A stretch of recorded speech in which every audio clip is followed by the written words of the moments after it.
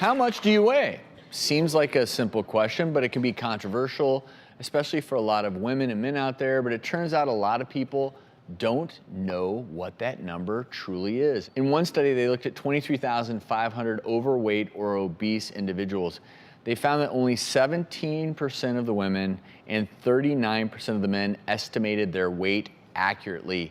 Most of them were underestimating how much they weighed and were categorizing themselves as a healthier or normal weight as compared to what their body mass index might represent. And so the authors of this study went into a lot of conversations about why this may be. You know, number one, when you live in a day and time where 2/3 of the individuals in our country are overweight or obese, well, that becomes normal. If you're living in a time where, let's say 7 out of 10 people are overweight or obese, and that is the norm, of course you're going to, I think you're gonna underestimate. I think you're gonna look around and say, well, yeah, I'm normal weight. I weigh the same as my neighbor, and I think that's a big part of it. I don't know what your guys' thoughts are on this.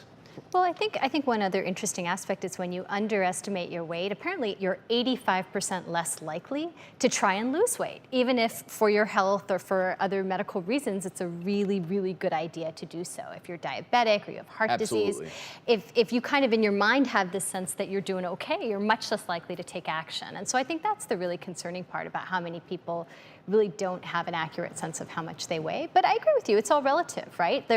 You walk around west side of LA, you're gonna think you're obese, and then you go to other parts of the country and you're like, wow, I'm okay, I'm pretty healthy. So I think when you're surrounded by people who look a certain way, that becomes normal to you. It's surroundings that influence your thinking. And I think we all need to be a little careful to not obsess about the number on a scale, because one of the other things we've learned is that there are other measurements that are probably more important, like your waist circumference. In general, in men, we always say make sure that waist circumference is below 40 inches, women 35 inches. There are other ways than just looking at the number on the scale. But I do think it is important to have a legitimate sense for, okay, am I in a dangerous category when it comes to my health? And if most individuals are not even aware and physicians aren't having the conversation, then that is a problem from a health perspective. And part of this study, they were commenting on sizes.